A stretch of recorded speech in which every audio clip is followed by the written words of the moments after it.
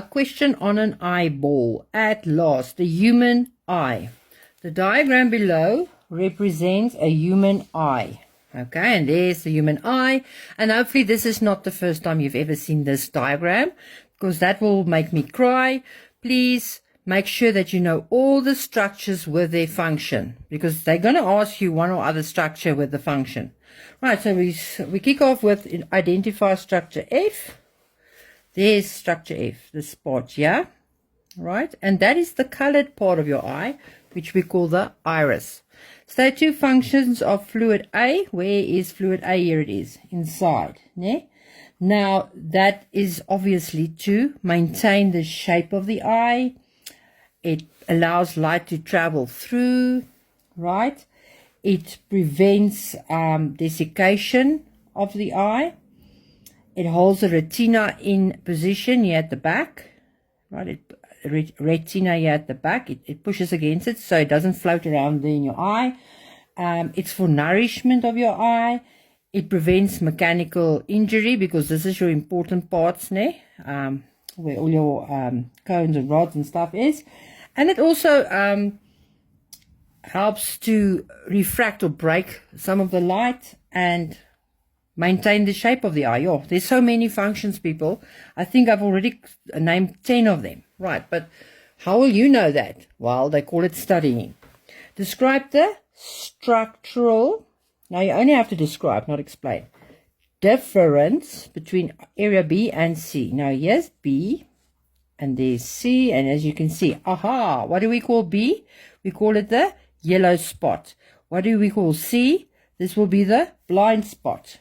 Now remember, structural means what's there, what is it made of, right? Structural, right? So B will have a very high concentration of cones. You know that, right? Because you studied. The yellow spot have a very high concentration of cones. And then if we go to the blind spot, it has no rods or cones, no photoreceptors. So that's a structural difference, right? And it's only 2 marks. You don't have to explain anything, you just describe it, right? Next one. Name the visual defect that occurs when the curvature of part E is uneven. Here's part E, it's the cornea. Now, if it's uneven, it's astigmatism. You need to know that. It won't come to you in a dream. You need to study. Explain, here's explain, how the sight of a person will be affected if cataracts develop in part D. Right, part D is the lens. So remember now, what is a cataract? It's when the lens becomes cloudy, right? It becomes cloudy. So that's the cause. Now you have to explain is cause and effect. So what's the effect of this lens becoming cloudy? Well, no light will enter the eye, so the light rays that's coming through, they will not be able to go through anymore, right? And this will cause weak sight or no sight. So basically you'll start to become blind, right? So it's cause and effect. Cause, cloudy. Effect, no light will be able to go through, and then no sight. All right, describe the process of accommodation that takes place when the object is less than 6 meters. People, this is not thinking, this is knowing. You should study this, you should know this. Now just remember, when it's less than 6 meters, this lens should become more convex, right? And when it's further than 6 meters, when it's far away, the lens must become flatter or less convex, right? So when it becomes more round or more convex, these suspensory ligaments will relax, sort of. It's not pulling on the lens, right? And how does that happen?